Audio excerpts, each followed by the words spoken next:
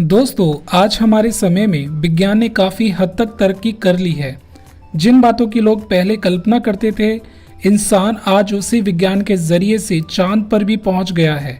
लेकिन दोस्तों, क्या आप जानते हैं कि जिन बातों की विज्ञान आज खोज कर रहा है, बाइबल में उन बातों के बारे में बहुत पहले ही बता दिया था, जिन्हें आज हम इस वीडियो में जानेंगे।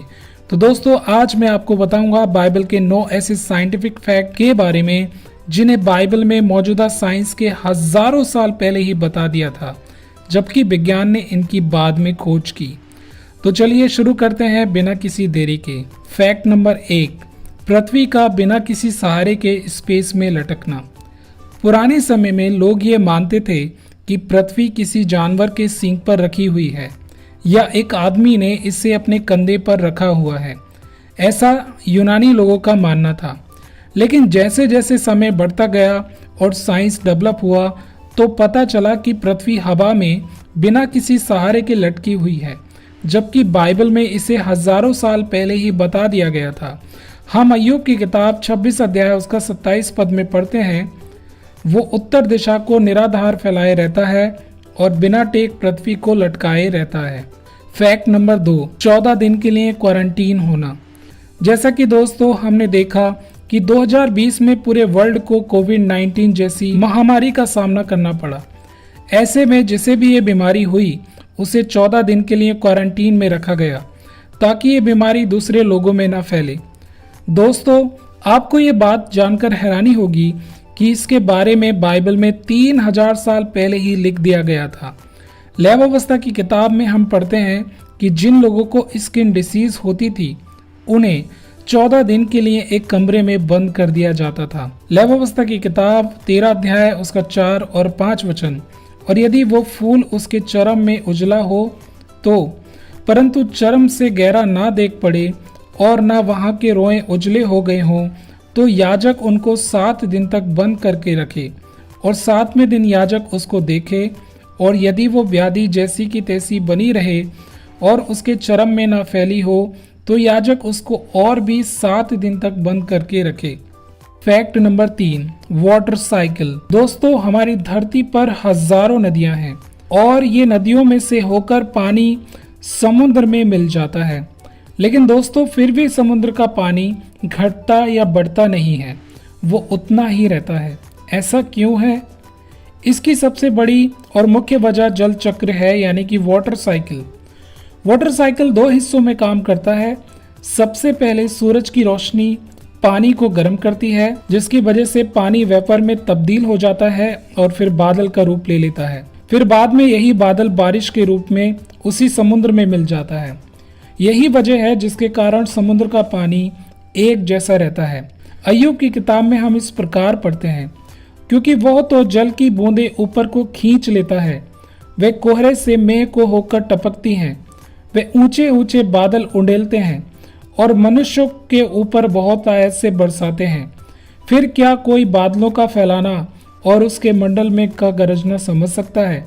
देख, वो अपने उजियाले को चहु ओर फैलाता है और समुद्र की थाह को ढांपता है। फैक्ट नंबर 4, पृथ्वी का गोल होना। ये कहना आज जितना सरल और सही लगता है कि पृथ्वी गोल है, लेकिन आज से लगभग 500 साल पहले पृथ्वी को गोल कहना उतना आसान नहीं था, क्योंकि तब हम पृथ्वी को सपाट मानते थे, यानी कि ये मानते थे कि पृथ्वी चपटी है और कहते थे कि पृथ्वी का कहीं ना कहीं पर अंतिम सिरा जरूर होगा, जहां पर पहुंचने के बाद आप नीचे गिर जाएंगे। है ना अजीब सी बात? लेकिन 680 बीसी में एक महान दार्शनिक हुए जिनका नाम अरस्तु था। उन्होंने कहा पृथ्वी गोल है, और इसकी मूल वजह यह है कि जब जहाज समुद्र में होता है और आगे बढ़ता जाता है तो वह डूबने जैसा दिखाई देता है। और दूसरी बात, जब हम चांद को धरती से देखते हैं तो उसका शेप फ्लैट दिखाई ना देकर कर्व सा दिखाई देता है। इसलिए उन्होंने ये तर्क दिया कि पृथ्वी गोल है, जबकि बाइबल में इसे बहुत पहले ही दर्ज कर दिया गया था। यशायाह की किताब में हम पढ़ते हैं, ये वो है जो पृथ्वी के घेरे के ऊपर आकाश मंडल पर विराजमान है और पृथ्वी के रहने वाले टिड्डी के तुल्य है, जो आकाश को मलमल की नाई फैलाता और ऐसा तान देता है जैसा रहने के लिए तंबू ताना जाता है। फैक्ट नंबर 5, चलते हुए पानी में हाथ धोना। सन 1845 की बात है। ऑस्ट्रेलिया के एक युवा डॉक्टर जिनका नाम इग्नास समलवीस था, वो हॉस्पिटल में जन्म देने वाली वुमन्स की मृत्यु का दर देखकर काफी डर गए थे। वो इसलिए क्योंकि बच्चों को जन्म देने के बाद 30% महिलाओं की मौत हो गई थी। लेकिन बाद में डॉक्टर समलवीस ने ये नोटिस किया कि सभी डॉक्टर मरीजों के शवों की जांच करने के बाद बिना हाथ धोए दूसरे वार्ड में जाते थे और गर्भवती महिलाओं की जांच करते थे, जिसकी वजह से मृत्यु का दर बहुत बढ़ गया था। लेकिन जब उन्होंने प्रत्येक वार्ड में जाने से पहले अपने हाथों को धोना शुरू किया तो ये हुआ कि मृत्यु का दर घटकर 2% रह गया। जबकि मौजूदा साइंस से हजारों साल पहले ही इस बात को परमेश्वर ने अपने लोगों को बता दिया था।